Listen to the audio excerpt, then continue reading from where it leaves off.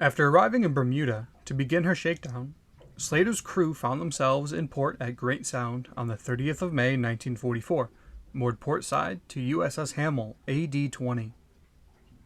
After morning muster and the daily magazine check, the chronometers and clocks were wound, and nobody was added to the sick list.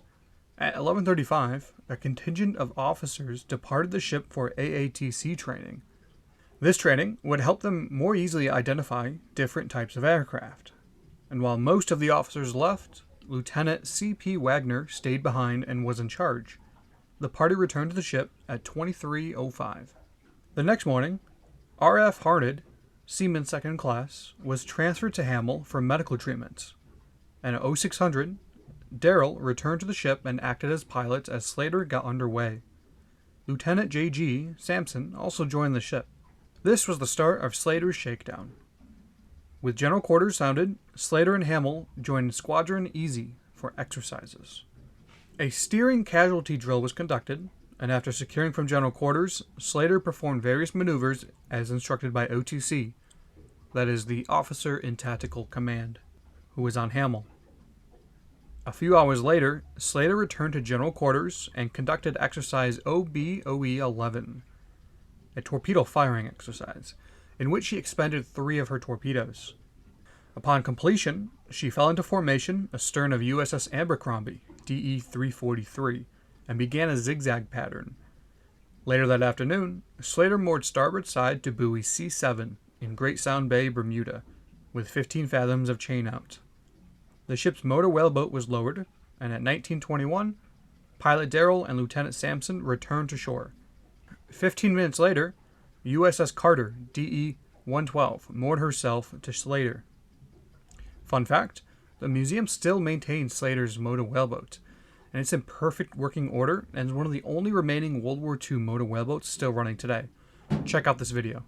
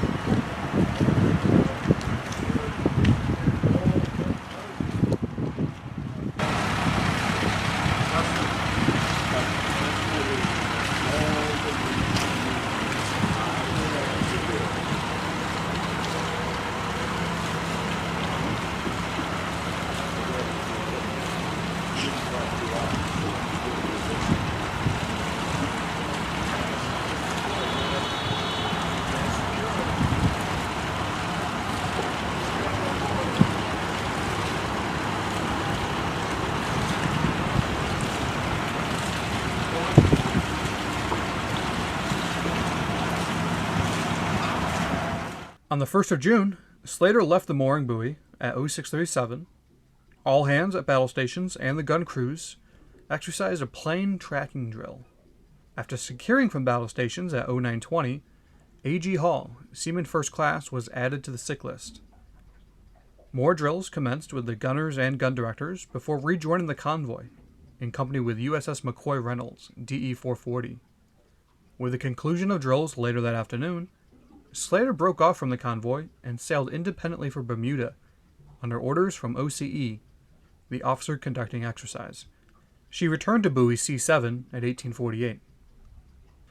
After morning muster on the 2nd, Slater got underway for RDF calibration. This was completed at 11:30, and Slater returned to buoy C4 and moored alongside Carter. General quarters was exercised at 15:25, and the number 4 and 6 life rafts were launched, along with floater net number 8 and 3 qualified swimmers. Nothing more about this is mentioned in Slater's log or Carter's war diary, so it most likely was a drill. At 2040, Charles Franklin Copeland Jr., Seaman Second Class, returned to the ship. He had been escorted under guard off the ship by Coxswain A.C. Elkins on the 18th of May for being AOL, absent over leave. Elkins had delivered Copeland to the receiving station at Tampa, after which he was transferred to the Naval Receiving Station at Miami. All his records and transfer papers were also delivered. For those 2 weeks, he was probably incarcerated. At 0620, on the 3rd of June, Carter departed Slater and the buoy. Slater followed 12 minutes later, with the captain at the con and the navigator on the bridge. Upon joining Task Group 23.1, a fire drill was conducted.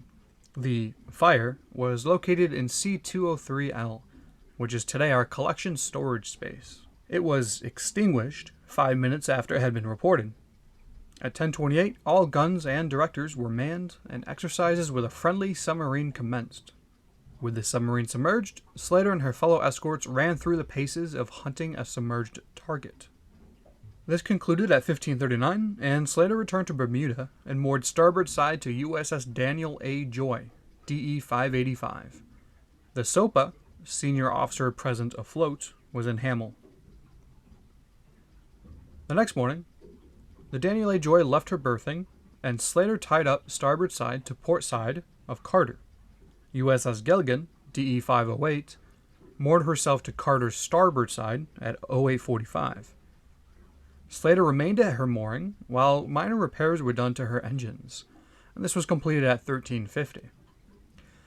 105 rounds of plaster-loaded hedgehogs were received later in the afternoon, and Alfred Gerté Ball, Seaman First Class, returned from Hamel after spending a few days in sickbay. With repairs completed and her crew back together, Slater got underway the following morning for further exercises, and at 0946, Slater commenced operations with the Italian submarine Maria. She had traveled to Bermuda in February of 1944 to help train ships in anti-submarine warfare. During these operations, Slater expended 120 plaster-loaded hedgehogs. That evening, she retired to the Murray anchorage. And that's going to do it for another look into Slater's deck logs. Continue tuning in each week as we follow Slater through her shakedown cruise and eventual convoy duty. And did you know Slater and the captured German submarine U-505 have a history? Find out more later this month. Be sure to click that thumbs up button, leave a comment down below, and of course, subscribe. Until next week, take care.